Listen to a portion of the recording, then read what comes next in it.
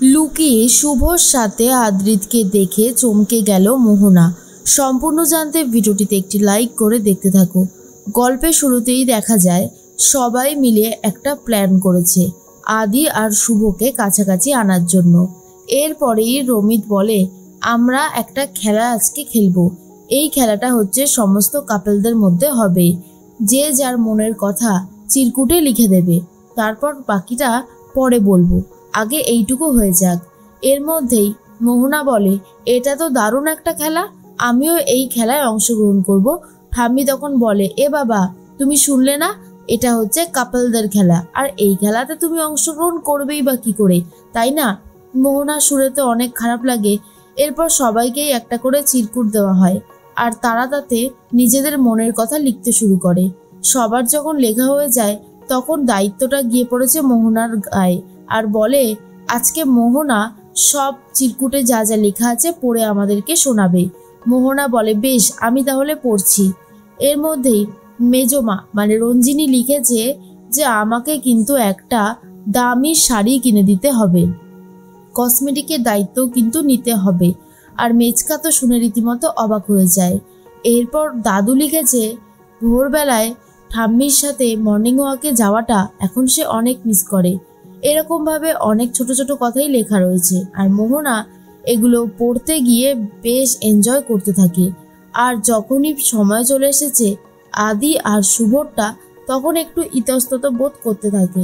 এরপরেই শুভরটা পড়তে শুরু করেছে, আর সেখানে লেখা আছে, তুমি আমার প্রথম ভালোবাসা, তুমি আমার স্বামী, আমি তোমাকে কারোর সাথে শেয়ার করতে পারবো না, তাই সবসময় ইনসিকিউরিটি ফিল করতে থাকি, কিন্তু তোমাকে আমি খুব ভালোবাসি আদি, তোমাকে ছাড়া জীবন কাটানোর মানে পাই না। তুমি হলে আমার কাছে সেই মানুষটা যাকে আমি পৃথিবীতে সব থেকে বেশি ভালোবাসি। সারাটা জীবন তুমি এইভাবেই থেকো। আর এটা পড়ার সময় মোহনার চোখ থেকে জল পড়তে থাকে। আর আদি যখন চিরকুটটা এসেছে পড়তে শুরু করেছে মোহনা, আর সেখানে লেখা আছে, আমি শুধুমাত্র তোমাকে ভালোবাসি, অন্য কাউকে ভালোবাসতে কখনোই পারবো না।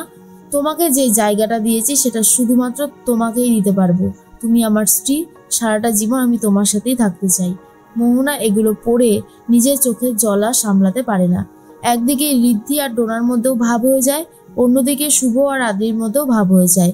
এরপর সবাই মিলে বলে, তাহলে একটা কাপল ডান্স হোক। এরপর সবাই মিলে কাপল ডান্স করতে থাকে। আর এটা দেখার পর মোহনার অনেক বেশি রাগ হয়। মোহনা আর নিজেকে সামলাতে পারে না। সেখান থেকে মোহনা জোর করে চলে যাচ্ছিল, কিন্তু পায়ে চোট লাগে বলে মোহনা আর এগোতে পারে না। মোহনা তো চুপচাপ করে দাঁড়িয়ে পড়েছে। আদিত্য এসে বলে, দেখি দেখি পায়ে লাগলো? মোহনা বলে, এইটুকু লাগায় কিচ্ছু হবে না। এরপর মোহনা নিজের ঘরে চলে যায়। মাঝরাতের বেলায় শুভ আর আদি যখন কথা বলতে থাকে, তখন মোহনা ভাবে, আমি যেই ছেলেটার জন্য এতটা চোখের জল ফেলছি, সব সময় চাইছি সে আমার কাছে আসুক, মাঝরাতের বেলা সে তার স্ত্রীর সাথে রয়েছে। আমি যে এটা কিছুতেই মেনে নিতে পারছি না। আমি অনেক বেশি ভালোবাসি আদিকে। এর মধ্যেই শুভ বলে, জানো তো আদি, সব সময় তোমাকে নিয়ে একটা টেনশন হয়, এই বুঝি মোহনা আমার কাছ থেকে তোমাকে কেড়ে নিল।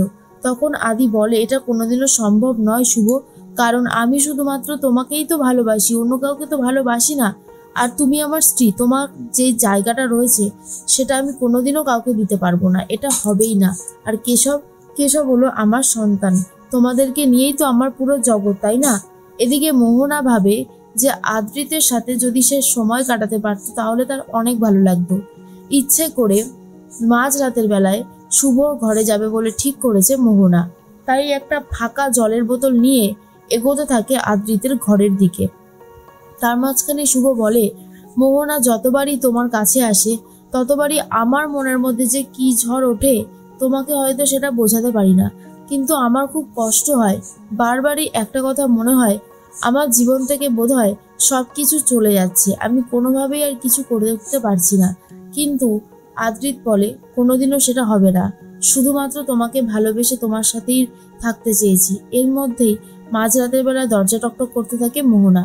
মোহনা যখন চলে এসেছে তখনই শুভ ভাবে, কে এসেছে এই মাঝরাতের বেলায়?